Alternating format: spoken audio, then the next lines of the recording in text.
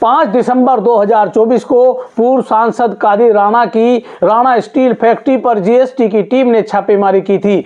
छापेमारी के दौरान जीएसटी टीम ने आरोप लगाया था कि उनके साथ बदसलूकी की गई है और सिविल लाइन थाने में शाहनवाज राणा, सद्दाम राणा सहित काफी लोगों के खिलाफ मुकदमा दर्ज हुआ। बाद में पुलिस ने विवेचना में पूर्व सांसद कादिर राणा को भी इस हमले का मास्टरमाइंड बताते हुए विवेचना में नाम बढ़ा दिया। कादिर राणा ने मुजफ्फरनगर की स्थानीय एमपी एमएलए कोर्ट में अग्रिम जमानत के लिए अर्जी डाली, लेकिन अदालत ने खारिज कर दी थी। इसके साथ ही शाहनवाज राणा की जमानत अर्जी भी मुजफ्फरनगर की अदालत ने खारिज कर दी थी। तो दोनों की जमानत अर्जी मुजफ्फरनगर से परिया इलाहाबाद जाने वाली नौचंदी एक्सप्रेस में सवार होकर इलाहाबाद हाई कोर्ट पहुंच गई थी। आज कादिर राणा की अर्जी पर इलाहाबाद हाई कोर्ट में सुनवाई होनी थी, लेकिन सुनवाई नहीं हो सकी और अगली तारीख लग गई। कौन सी अगली तारीख लगी, अब इलाहाबाद हाई कोर्ट में कादिर राणा की अर्जी पर कब सुनवाई होगी, ये मैं आपको आगे बताऊंगा। उससे पहले मेरा फिर से आपसे अनुरोध है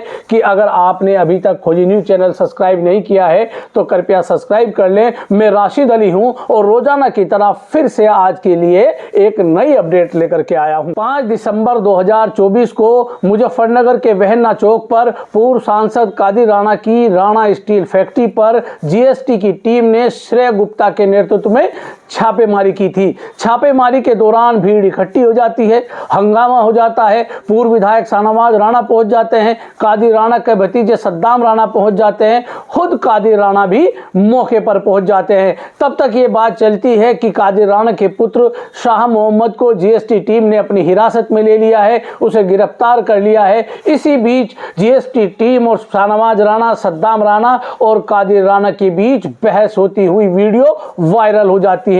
वीडियो वायरल होने के बाद जीएसटी की टीम के द्वारा मुजफ्फरनगर के सिविल लाइन थाने में शाहनवाज राणा, सद्दाम राणा, कादिर राणा की 2 बेटियों सहित काफी लोगों के खिलाफ एफआईआर दर्ज हो जाती है। शाहनवाज राणा और सद्दाम राणा को पुलिस जेल भेज देती है।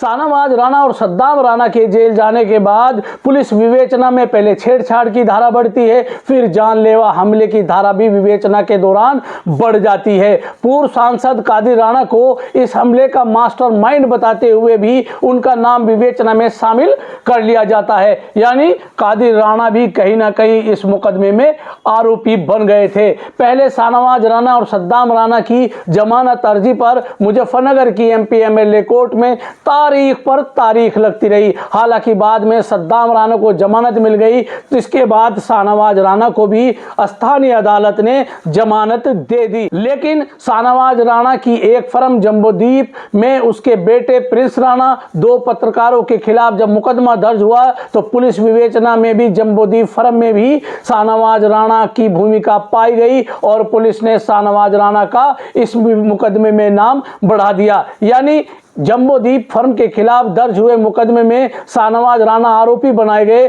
तो मुजफ्फरनगर की स्थानीय एमपी एमएलए कोर्ट ने जो उन्हें जमानत दी थी उसमें जमानत तो मिल गई, लेकिन शाहनवाज राणा जेल से बाहर नहीं आ सके, क्योंकि उनके खिलाफ एक नया मामला फिर से दर्ज हो गया था। इसके साथ ही जब पुलिस विवेचना में कादिर राणा को जीएसटी टीम पर हमले का षड्यंत्रकारी मानते हुए पुलिस ने उनका नाम विवेचना में बढ़ा दिया, तो कादिर राणा ने भी अपनी अग्रिम जमानत के लिए मुजफ्फरनगर की स्थानीय एमपी एमएलए कोर्ट में जमानत अर्जी डाली। लेकिन मुजफ्फरनगर की एमपी एमएलए कोर्ट ने कादिर राणा की जमानत अर्जी अस्वीकार कर दी। यानी अब कादिर राणा के सामने 2 रास्ते बचे थे, या तो कादिर राणा अदालत में पेश होकर इस मामले में जेल चले जाएं, या वो हाई कोर्ट का दरवाजा खटखटाए।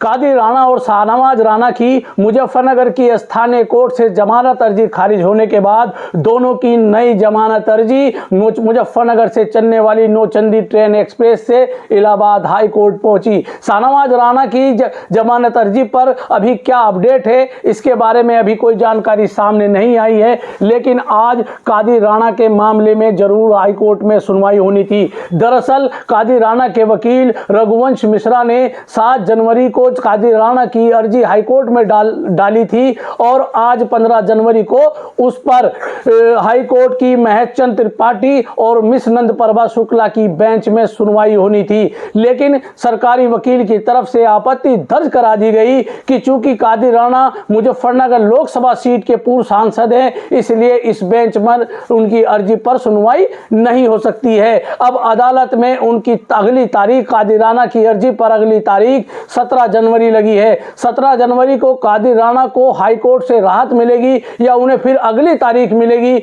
या कादिर राणा की मुश्किलें बढ़ने वाली हैं, ये तो 17 जनवरी को ही तय हो पाएगा। लेकिन कादिर राणा की अपडेट तो सामने आ गई। शाहनवाज राणा और मेरठ जेल में बंद कादिर राणा के बेटे शाह मोहम्मद की मामले में क्या चल रहा है, अभी इस पर अपडेट आना बाकी है।